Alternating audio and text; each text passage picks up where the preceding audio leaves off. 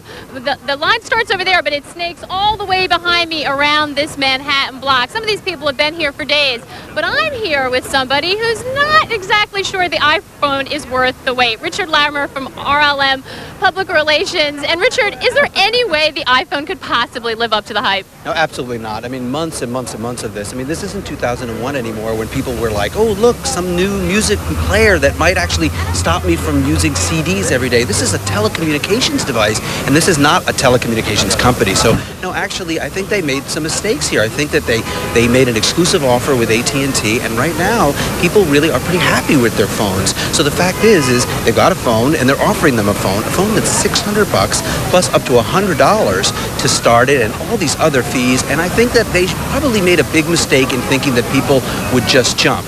It doesn't mean that the iPod enthusiasts and the Apple enthusiasts won't jump, but the rest of us, I mean, we've got phones. Right, but Apple is known for taking something that's a crowded market. They did it with the iPod. There were MP3 players out, and they did it better. They made it easier, and the tech reviewers have actually given the iPhone, some pretty positive reviews. Some of them saying it's a beautiful and breakthrough device. You don't think the regular consumer is going to be swayed? You think it's the price tag, or do you think they're just a little cautious now? Oh, I think they're cautious. You know what iPod did is they waited to the third generation before it was an absolutely perfect device. This is the first generation of this phone, and I think a lot of people learn from that. So people will see it, they'll look at it on YouTube, they'll think it's wonderful, but then in 6 months, when it's maybe perfect, they'll dive in, and that is probably what they did as a mistake here at Apple, is that they made a big deal out of the other generations of their products. So yes, in a sense, because they said that so many times, well, we'll get better, people are looking at this and saying, well, what's going to fall off the first weekend?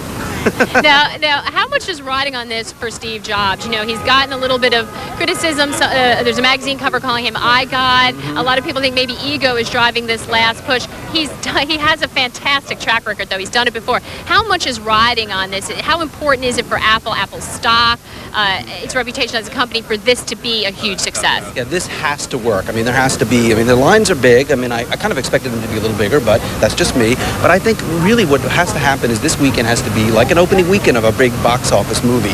It has to be the push forever. And if it doesn't work, they're going to have to rethink the exclusive deal with AT&T, whether or not they should open source it, because that's a big problem for Apple. People are very techno-savvy. They love to know that, they can do anything with their machines, and that's a problem right now, because they're already saying there are things that you can't do on these phones. So yes, it means everything. And, they may have to rethink things if it doesn't turn out to be the unbelievable bonanza weekend of all time. They also have a lot of competition in this field. This isn't an empty, you've got BlackBerries out there, you've got smartphones out there. How much could we see some copycatting now that they've come out with what it looks like? And is that going to present a problem just purely based on competition? Well, I think what's happening, and the other phone companies have said it, this is opening the premium market. So before, when everybody was sort of giving with boxes of Tide, you could get a phone. Now a $600 phone may get 100,000 people buying it. So even the companies were quoted, all of them, Verizon, you name it, they said, well, this is good for us because we can now sell the more expensive phone.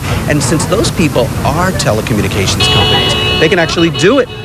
And yes, there will be tons of competition, and what's going to happen, obviously, is that they're going to have to rethink what the position of this particular model is. And of course, when the Verizon comes out with their new chocolate iPhone, or whatever they're going to call it, a chocolate eye, that's good, they'll have to rethink what they do to match up with, the new BlackBerry, the new anything, the new Trio, you name it. And, it's going to be a big challenge because... So we can see a halo effect, but not necessarily for Apple, maybe for other smartphones. No, it's going to be great for the other companies, let me tell you. Right. Okay, thanks very much, Richard. As you can see, we managed to find one skeptic, but there are not many down here, Todd. I have to tell you, people are pretty enthusiastic.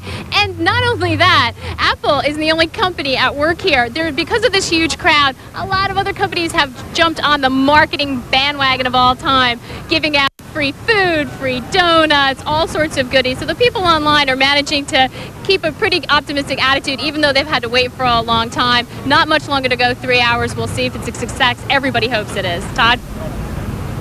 Maggie Lake there reporting live on the day of the iPhone launch from New York. We'll have more news right after this. Stay with us.